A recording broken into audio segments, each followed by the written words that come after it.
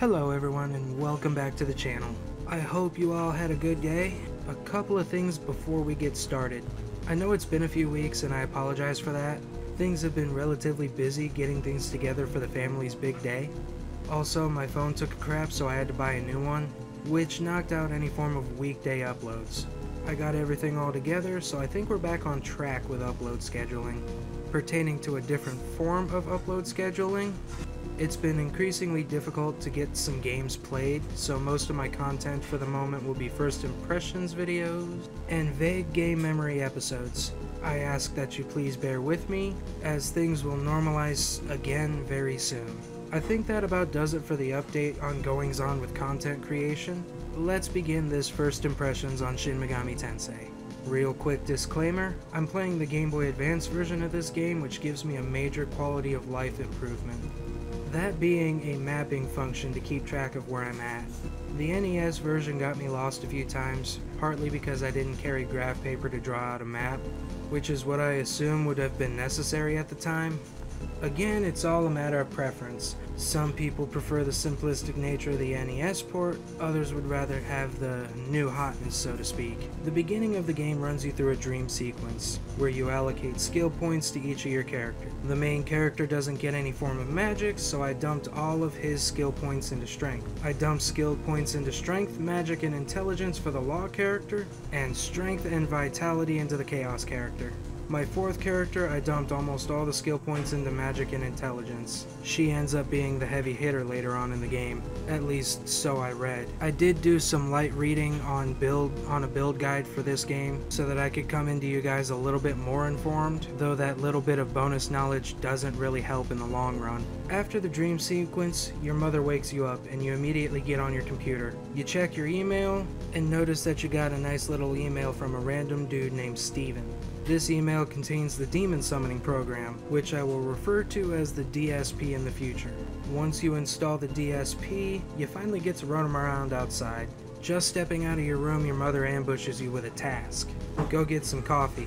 Don't worry, she gives you 10,000 yen, or roughly $1,000 as an allowance to do so. A relatively unnecessary amount of money in my opinion. You don't need to be giving a teenager $1,000 to go screw around with. I spent this money gearing up and buying restoratives given the nature and reputation of this game. For the most part, I didn't really use these restoratives for two reasons. Firstly, you can return to your house at any given point in time to heal.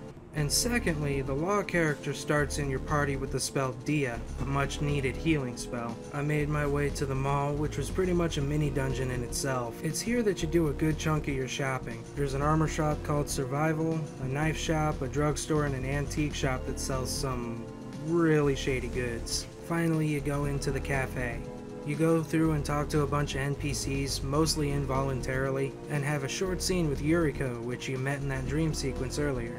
Going into the furthest back door, you go to talk to the shopkeeper and he gives you your coffee. Going 7 tiles around to the back of the cafe, you'll run into a crazed, homeless looking dude losing his shit. A demon rips his way out of the poor soul and damages you in the process. Not even checking to see if he's okay, you loot his body for an attack knife. Floating around in the mall a little more, you'll run into an NPC that tells you that some old guy is looking for you. You find the old dude and he sends you through a dream sequence to fight a future boss. You lose and he tells you that you aren't ready yet. I mean, no shit, Sherlock. Immediately after leaving the dream sequence, the southern route is open, leading to an old mansion. Here, you can heal for a price and fuse demons at the Cathedral of Shadows. On your way home, you're arrested for unknown reasons. Yep, fucked, isn't it? Doesn't matter, you're placed in a holding cell in a hospital of all places with your second party member. He asks you for some help in finding his girlfriend, your neighbor, and the eventual fourth member of your party.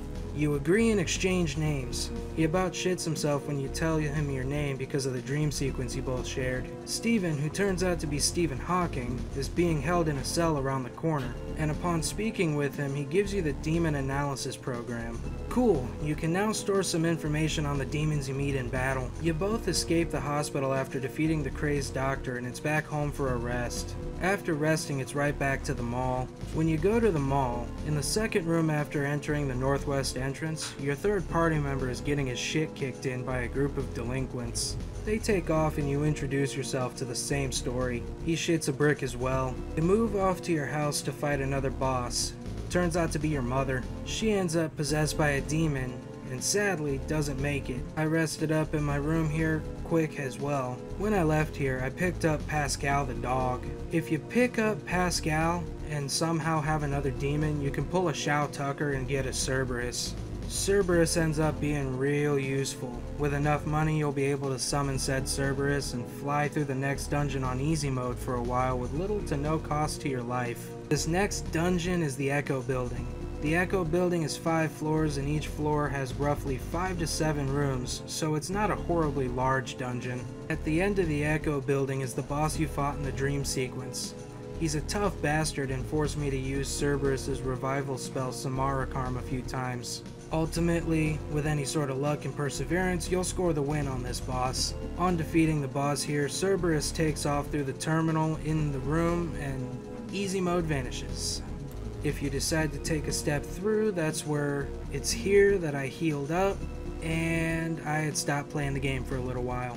My first impression of this game was rather pained. Demon negotiation made no sense to me whatsoever and feels like guesswork in the sense that when you answer questions, both answers can be wrong and you lose the chance to gain a demon, be it through combat or the demon just up and leaving. Or both answers can be right and you either get an item or an ally.